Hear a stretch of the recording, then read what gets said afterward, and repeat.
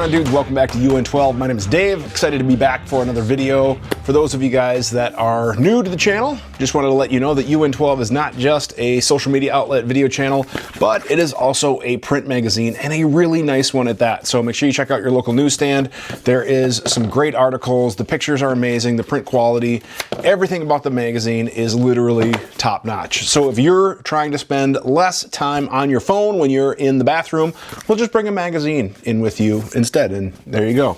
Anyways, for longtime viewers of the channel, it's good to be back, good to reconnect with you. I know it's been a while, but I'm kind of giving my take on the Surefire XC3. And this is Surefire's compact weapon-mounted pistol light, mainly, let's be honest, to compete with the Streamlight TLR7. Now, this particular one is a TLR7A. I know Streamlight has a newer version, like an XH something.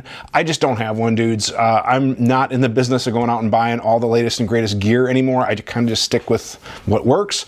But I will be comparing the XC3 to the TLR7A, and then as kind of a comparison, the X300 Ultra, which was the gold standard. In my opinion, now still my favorite pistol light is the X300 Turbo.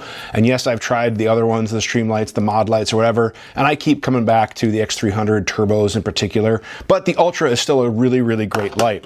Now, the XC3, I'm not going to get into a whole bunch of specs. If you want to read specs, dudes, you can read that on the internet. A quick overview on specs, though: 550 lumens, 7200 candela, whereas if we compare it to the Streamlight TLR7A, that is 500 lumens, 5000 candela. And then if we compare it to the X300 Ultra, this is 1000 lumens, 11300 candela. Now, lumens is how bright something is. Candela is what we're doing with the light. Generally, the higher the candela, the tighter of a beam. Maybe we can do a separate video on that in the future. But I did want to get these lights out at night. But before we do that, I kind of want to share my experience in general just shooting with the XC3, excuse me. Now, I have the XC3 here on my Staccato C, and that's kind of what it's been living on. It is a compact light, so it's really fitting well for guns like this or like the Glock 19. It is not a subcompact, so it's not going to fit on your 43Xs, things like that. I don't have a SIG 365. I don't know if you can make it fit on there or not, but we'll kind of show you what you can do. You can check the website for more of that. I'm just not a big SIG guy anymore, all things considering. Sorry, SIG. Not sorry. Anyways, XC3. A little bit of background.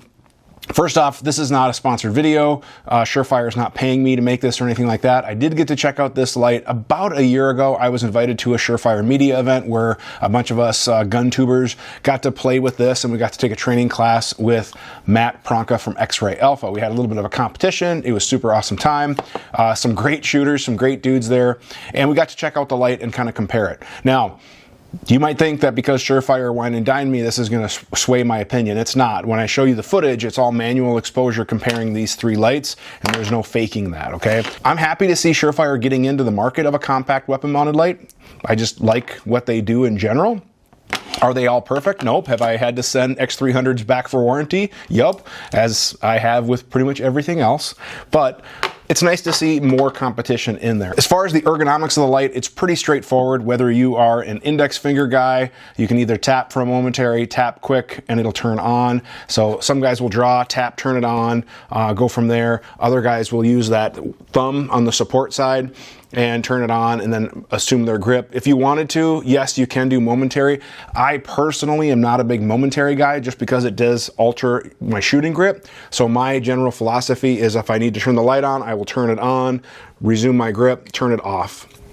That's just how I do it. So for me, when I build the grip, is I generally am a thumb activator. Some dudes, when they draw, they will activate it with their index finger and then go to the trigger, and that's fine too. Either one is okay. Maybe I'll do a separate video on kind of weapon-mounted light tactics or training techniques or something like that. Leave a comment down below if that'd be something you might be interested in.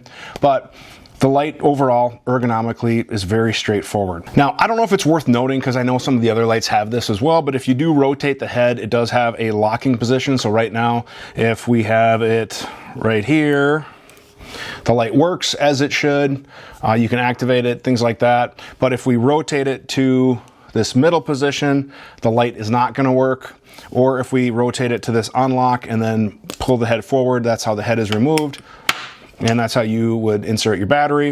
And then also the lug just slides forward here to swap that out. And they are going to have different lugs available to fit different stuff, but it's a really straightforward, easy gun to swap out and kind of do whatever. And then it does have a single flathead screw, easy to find tools to, install that and tighten it, secure it to the firearm of your choice. So pretty straightforward, pretty easy. You don't even really need to read the directions, even though you probably should. Now, my shooting experience with the light was pretty uneventful. It just works just like it should. My range sessions with this gun have been just fine. I did throw it on a Glock 19 for a while, just fine, no big deal. I cleaned it up for the video, but really uneventful. I have probably around 1,000 rounds, and then I've been carrying it in a QVO holster, which I have somewhere around here for a staccato. And again, no real issues to report. Let's take a look at what the night footage looks like so you guys can see some real world comparison with this light. All right, first things first, I did adjust the exposure so that way we can see the beam of the light. Here are all three at 10 yards. The wood pile is 10 yards away. Which one is which? All right, now I'm going to put on which one is which, and I'm stepping into the frame so you can see what potential identification and information you'd be able to get. If I grab an object, are we able to distinguish what that object is in my hand? Because that's the whole point of having a light, is to gather information and make decisions. So here's all three of them at 10 yards. Now I decided to move the camera to a wider part of my yard and adjust it so you can not just see the beam, but also the spill. And that bush pile at the back is about 15 yards from the camera. This is the Surefire X300 Ultra. You can see it has a nice spot with a little bit of fill or flood illuminating the foreground around that spot. So obviously we'd be able to identify anything in there really nice. You can see me, you have a nice spot. These are great lights. There's a reason why the X300 is known for quality and dependability for a reason. Let's take a look at the Streamlight. You can see that the Streamlight is noticeably not as bright, but I thought the color still looked good, and it doesn't have quite a bright spot. It's more of kind of an even, kind of like a combo beam. You can see there's a little bit brighter of an area in the center with still some flood or spill throughout. Again, color I thought was pretty good for a compact light, and target identification once I walk into the frame. From 15 yards, you could still easily identify someone. Obviously, you're not gathering quite as much information because it's not quite as bright, but overall, I thought the Streamlight did okay, especially considering it's one battery and 500 lumens versus 1,000. Now here is the Surefire XC3. Notice it does have a little bit of a brighter center, but I thought that the flood and the spill was also pretty impressive. And as I start to walk into the frame, I thought I was able, in the camera reviewing the footage, able to pick me up entering just a little bit sooner than the Streamlight. That 550 lumens and the higher candela does show here in the footage.